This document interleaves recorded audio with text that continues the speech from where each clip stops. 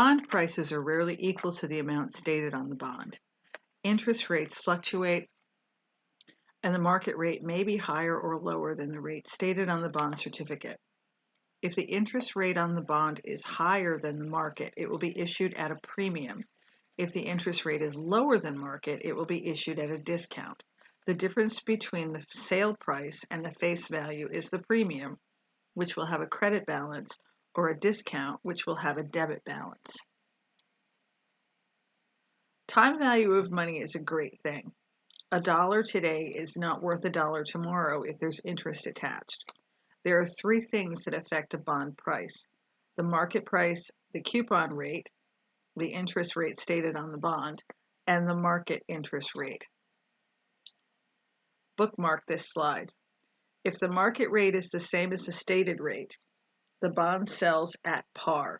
If the stated rate is less than the market rate, the bond sells at a discount. If the stated rate is higher than the market rate, the bond sells at a premium.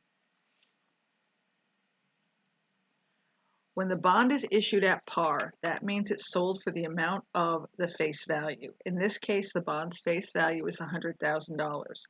The journal entry to record the sale is shown here: debit cash, increasing the asset, and credit bonds payable, increasing the long-term liability.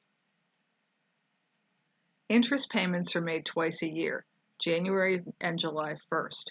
To record the interest payment, the company makes a journal entry that debits interest expense and credits cash.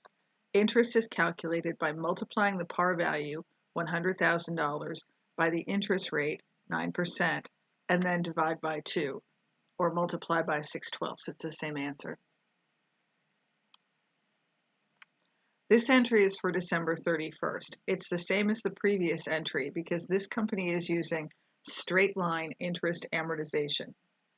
This entry would be repeated every 6 months for the life of the bond. In this case, I believe it's 5 years.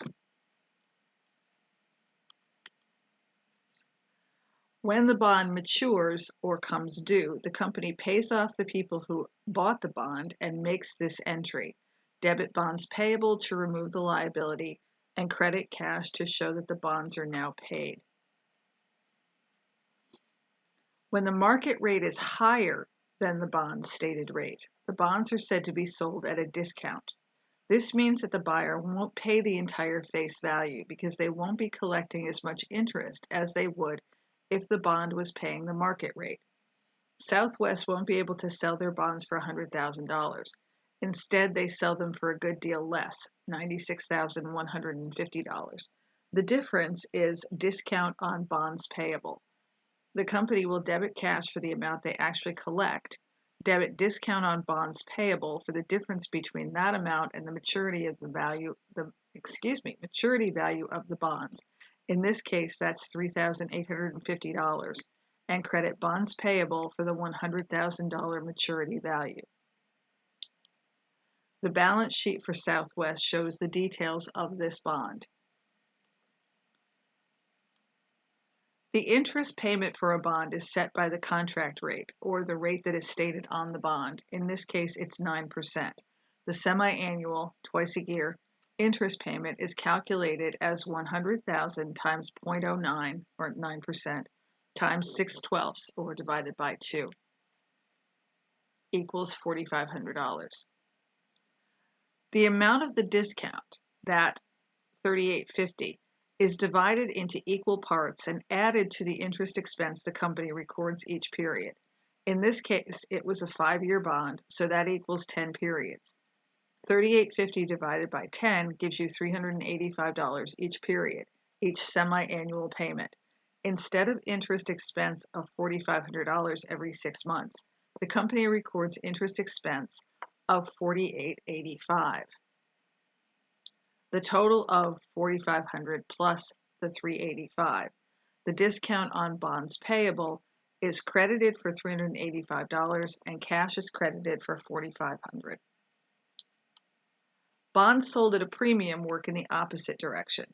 If the market rate is less than the bond's stated rate, people will be willing to pay more than the maturity value. The example they give uses the same numbers as the discount. The account used to record the amortization of the premium is called premium on bonds payable. It will be debited for the $385 instead of credited. Discount and credit both have the letter D in them. That's a little trick I use to remember which is which. This graph shows the amortization of the discount, the premium, and the par, which is just straight interest. The premium decreases to the $100,000 while the discount increases to that amount.